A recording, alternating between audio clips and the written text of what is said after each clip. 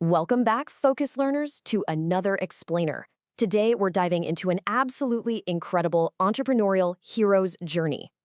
We're talking about the ultimate masterclass in betting on yourself, solving a wildly annoying problem, and flat out refusing to take no for an answer.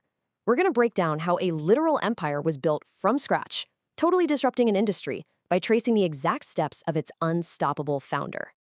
So let's just get right to the number, $1.2 billion. That's billion with a B. But before her company hit this staggering valuation back in 2021, the whole shebang started with nothing more than a pair of scissors and a deeply frustrated door-to-door fax machine saleswoman. It's just a wild reminder that massive businesses don't always hatch in fancy Silicon Valley boardrooms, right? Sometimes they literally start right in your own closet. Section 1. The Unlikely Entrepreneur. Now, Sara Blakely's early career was, it was incredibly eclectic, to say the least. Originally, she wanted to be an attorney, but a poor LSAT score completely derailed that plan. So she pivoted. She did a 3-month stint working at Walt Disney World, tried her hand as an occasional stand-up comedian, and eventually landed a pretty brutal job selling fax machines door-to-door for an office supply company called Dunka. Just think about how grueling that actually is. You're walking door to door in the sweltering Florida heat, just facing constant rejection all day long. But that relentless rejection built some serious grit. By the time she was 25, she had actually hustled her way up to national sales trainer. Moving on to Section 2, a $5,000 idea. Turns out that miserable hot Florida climate, mixed with the mandatory pantyhose dress code for her sales job, was the exact recipe for a multi-million-dollar breakthrough. Blakely was forced to wear pantyhose for work, and she absolutely hated how the seamed feet looked when she wore open-toed shoes. But on the flip side, she loved how the control top eliminated panty lines and just firmed everything up. So she's getting ready for a private party one night, and she has this literal light bulb moment. She grabs a pair of scissors, cuts the feet straight off her control top pantyhose, and wears them under her slacks. Now, she totally admits the cut pantyhose rolled up her legs all night long, but hey, she got that smooth look she was after. The fundamental concept was officially born. So at age 27, Blakely packed up and relocated to Atlanta, Georgia. She was still working that demanding Donka job, but she took her entire life savings, which was exactly $5,000, and poured every last cent into researching and developing this hosiery idea. Talk about betting on yourself. She was completely self-funded and just absolutely determined. Which brings us to Section 3, Hustle, Rejection, and Breakthrough. What happens next is just this unbelievable story of resilience. For 2 whole years, she researched and developed her idea while still selling those fax machines full-time.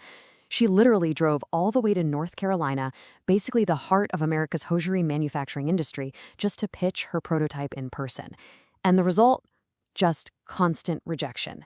She was turned away by every single mill representative she met. You've got to remember, these were legacy manufacturers. They were used to dealing with massive, established retail giants, and they couldn't see any value whatsoever in a young woman's DIY cut-off pantyhose concept. But then, the story completely flips. 2 weeks after she came home, totally defeated from that North Carolina trip, she gets a phone call. It's a mill operator in Asheboro, and he tells her he is willing to support her concept and manufacture the prototype. So why the sudden change of heart? Well, he had mentioned the idea to his 3 daughters, and they aggressively encouraged him to do it. They instantly recognized just how brilliant this product actually was. Going through this grueling process, Blakely came to a pretty profound realization that completely validated her disruption of the market. She realized the entire hosiery industry was overseen by men who were not actually using the products they were producing. They had zero idea what women actually wanted or the daily discomfort they were putting up with. That massive disconnect, that became Blakely's ultimate competitive advantage. And remember, she only had that $5,000 to work with, so she had to be incredibly scrappy. She actually drafted her own patent application to save money, eventually finding a lawyer to just finalize it for $750. She bought the Spanx trademark right on the U.S. Patent and Trademark Office website using her credit card for a whopping $150. And this is my absolute favorite detail. To secure her first major retail deal, she literally dragged a Neiman Marcus buyer into the ladies' restroom so she could personally model the product and prove the before and after benefits in real time. Unbelievable, right? But it worked. Neiman Marcus agreed to carry Spanx in 7 of their stores. All right, Section 4, the Oprah effect. Now, even with the products sitting on store shelves, Blakely was a one-woman show, handling everything from logistics to marketing. She resorted to some truly brilliant guerrilla marketing tactics. She was literally calling up friends and acquaintances, offering to mail them checks if they would go into these department stores and buy her products, just to artificially boost demand. But her boldest move by far was mailing a gift basket of her products directly to Oprah Winfrey's television program. Talk about shooting your shot. And it paid off immensely. In November of 2000, Oprah named Spanx as one of her famous favorite things. This endorsement was the ultimate catalyst. It triggered a massive surge in sales and finally allowed Blakely to quit that grueling sales job at Donka. And you can see exactly how fast she scaled the business once the secret was out. In its very first year, Spanx hit $4 million in sales. By year 2, that skyrocketed to $10 million. Her DIY concept, which literally started from her own personal frustration, was now a certified, undeniable market hit. Let's jump into Section 5, Building a Billion-Dollar Empire. Over the next decade, Blakely completely transformed from a scrappy inventor hustling guerrilla marketing into a globally recognized titan of industry. In 2012, she landed right on the cover of Forbes magazine, recognized as the youngest self-made female billionaire in the world. Fast forward to 2015, and Blakely, along with her husband Jesse Itzler, actually joined an ownership group that bought the Atlanta Hawks for $850 million. But she never stopped innovating. Just recently, in 2024, she set out to fix yet another painful wardrobe issue by launching a high-heeled sneaker brand called Sneaks, focusing entirely on luxury comfort. She just constantly questions established norms. But the true financial climax for the brand came in October of 2021. The Blackstone Group stepped in and acquired a majority stake in Spanx, valuing the company at a staggering $1.2 billion, with Blakely staying on as executive chairwoman. And her celebration? It is legendary. To thank the people who actually helped her build this massive empire, she gave every single one of her 750 employees $10,000 in cold, hard cash, plus 2 first-class plane tickets to literally anywhere in the world. The crucial takeaway here is this ultimate contrast. Think about it.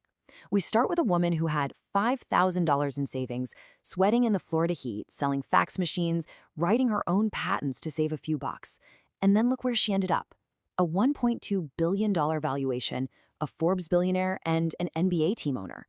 It is just the perfect demonstration of the immense power of a why not mentality. Finally, Section 6, Philanthropy and Paying It Forward. Blakely didn't just hoard all this wealth. Her massive success allowed her to turn around and support the exact same ecosystem of female entrepreneurs that she emerged from. Her philanthropic milestones are incredibly impressive. Did you know back in 2005, she actually competed on a reality show called The Billionaire?